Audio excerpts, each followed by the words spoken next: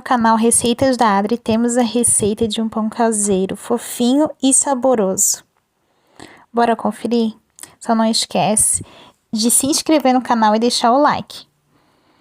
Então, a gente vai começar aqui com o fermento biológico, específico para pão. Eu uso metade só desse sachê que a gente compra.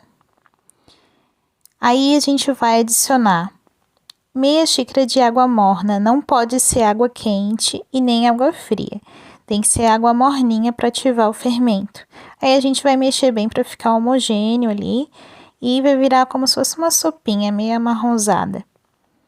Depois disso, a gente vai vir com o açúcar. Eu vou adicionar ali 2 colheres de açúcar, pode ser o açúcar refinado normal. E aí você vai mexer bem até dissolver todo esse açúcar. Você vai ver daí que vai ficar todo diluído e aí você vai adicionar o sal, é bem pouquinho sal, um ovo, aí é o ovo todo, tanto a gema quanto a clara daí, né? E aí depois a gente vai adicionar o óleo.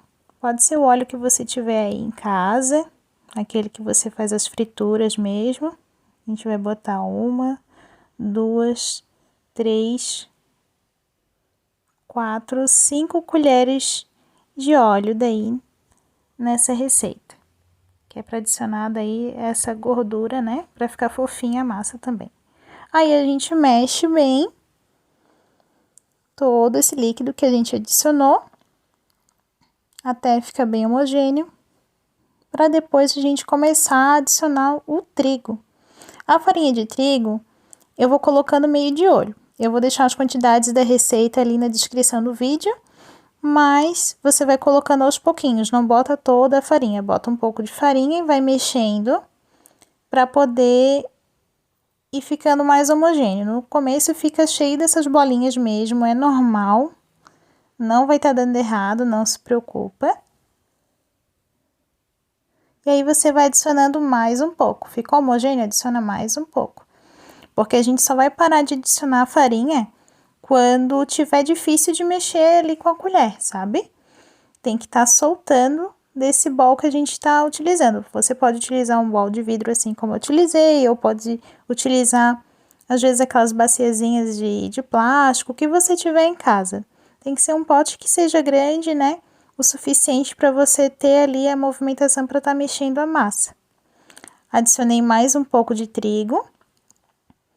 E aí vocês vão ver que ao longo do que eu vou mexendo, vai ficando a massa mais durinha e vai soltando cada vez mais do vidro.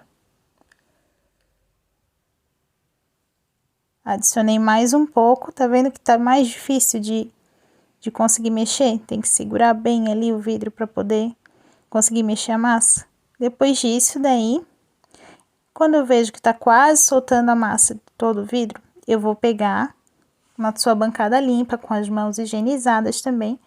Vou botar um pouquinho de farinha de trigo para poder botar a massa em cima e a gente começar a sovar, que é a parte bem importante do pão. Vocês vão ver que aí eu vou estar derramando toda a massa. Vou pegar também da colher, o que tiver grudado na colher de massa. E depois vou adicionar mais um pouco também de trigo por cima dessa massa, para a gente começar a sovar.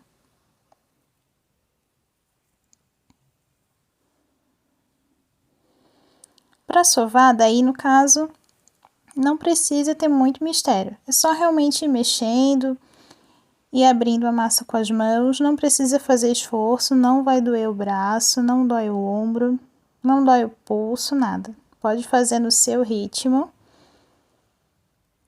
de acordo com o que conseguir fazer. Não precisa ser aquela coisa assim de sovar por muito tempo. É realmente só para a massa ir soltando. Vocês vão ver que ela vai cada vez mais soltando da mão até que não vai grudar mais. E é assim você vai colocando trigo até ela não soltar. E também não ficar pegando em cima da mesa ou da sua bancada, no caso. Depois disso, daí a gente vai fazer como se fosse um formato mais arredondadinho, como se fosse uma bolinha mesmo. Vai passando a farinha e a gente vai arrumar essa massa para deixar ela descansar. A gente vai utilizar a mesma baciazinha ou o bol de vidro que você estiver utilizando e vai tampar, porque é importante daí que não entre ar aonde a massa estiver descansando. Eu costumo tampar daí com plástico filme e deixar ou às vezes dentro do guarda-roupa ou até dentro do próprio forno, mas o forno desligado, não estando quente, tá? Só para realmente ficar no lugarzinho fechado, para não ter como entrar ar e ficar mais isolado ali para nada pegar nessa massa. Aí você vai deixar descansando até dobrar de tamanho.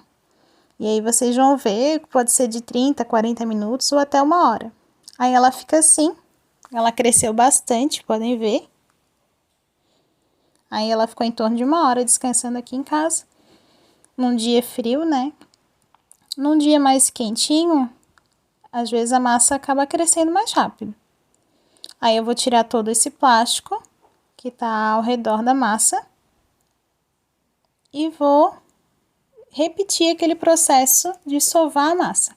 Botar um pouquinho de farinha em cima da mesa, com a mão higienizada, a mesa higienizada, vou retirando essa massa que vai estar bem airada. E aí vocês vão ver que quando a gente retira, fica com essa textura assim que parece que tá pegando de novo na mão. E aí a gente vai sovar, colocando um pouco mais de trigo para poder ela ir soltando. E vamos sovar mais, só que mais devagarinho. Só realmente para dar uma esticada nessa massa. Vocês vão ver que eu já vou ter deixado daí a forma de pão untada. Eu untei a forma de pão com óleo, o mesmo olhinho que a gente utilizou ali para fazer o pão. Pego um papelzinho toalha e passo com olhinho pela forma de pão. E depois polvilho o trigo, tiro o excesso do trigo e a forminha já tá untada daí. Geralmente as formas de pão têm um formato mais retangular, então eu vou sovar minha massa e tô enrolando ela, esticando ela de uma forma que ela vai ficar mais ou menos no formato da minha forma. Essas formas de pão vocês podem estar encontrando em lojas de utensílios para casa ou às vezes até no próprio supermercado também tem para vender. É importante untar bem a forma para que não grude depois o pão e você consiga desenformar para poder botar em outro lugar, ou um prato ou alguma outra vasilha. Daí a forma, como eu falei para vocês, já untada. O pão ficou bem certinho o tamanho da forma. E aí eu vou só arrumando ele, espalhando ele, para que quando ele crescer ele fique bem certinho para ocupar os espaços da minha forma. Depois, o último passo antes de botar ele no forno, né?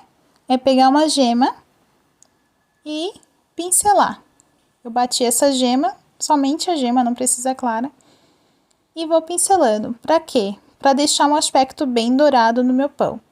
E também, quando fica douradinho, bem dourado, com aquele cheirinho de pão já assado, é o sinal de que o pão já está pronto. Fora que dá um aspecto de que o pão está bem cozido. Quando a gente não pincela o ovo, a massa do pão fica meio esbranquiçada como se estivesse ainda crua, mesmo depois de cozida. Então fica bem mais bonito quando a gente pincela. Aí eu vou mostrar aí pra vocês. Fica bem brilhoso. Coloquei no forno a 180 graus, mais ou menos uns 40 minutos. Mas você pode ir observando, né? Que vai que seu forno seja mais forte. Passou esse tempinho. Olha só que dourado que ficou o pãozinho. Fica bem dourado. Se você tiver dúvida se tá cozido ou não, pode espetar daí um palitinho ou uma faca de cozinha. Se não sair nada na faca, é porque tá pronto. Eu vou abrir aí para vocês verem, olha só. Fica bem bonito, bem dourado por fora. E por dentro vai ficar bem macio. Muito bonito mesmo. Olha só, bem branquinho, bem fofinho. Vou apertar aí para vocês verem. Assim tá bem quentinho, ideal para você comer com a manteiguinha ou com alguma geleia, o que você preferir em casa. Como a gente botou tanto sal quanto açúcar, o gosto dele vai ficar mais neutro. Agora, você pode curtir esse vídeo e se inscrever aqui no canal se gostou. Eu vou estar toda semana aqui postando alguma receita diferente e queremos bater a meta até o final de dezembro de 2022, conseguir até 500 inscritos. Se você puder me ajudar compartilhando também esse vídeo, é muito importante porque ajuda o canal e a gente vai transmitindo essas receitas, né, caseiras para quem ainda não sabe fazer ou ainda não testou. Me siga também lá no Instagram, no canal Receitas da Adri. Se você conseguir reproduzir alguma das minhas receitas, tire uma foto ou um vídeo, me marca que eu vou repostar. Muito obrigada, um beijo e até a próxima!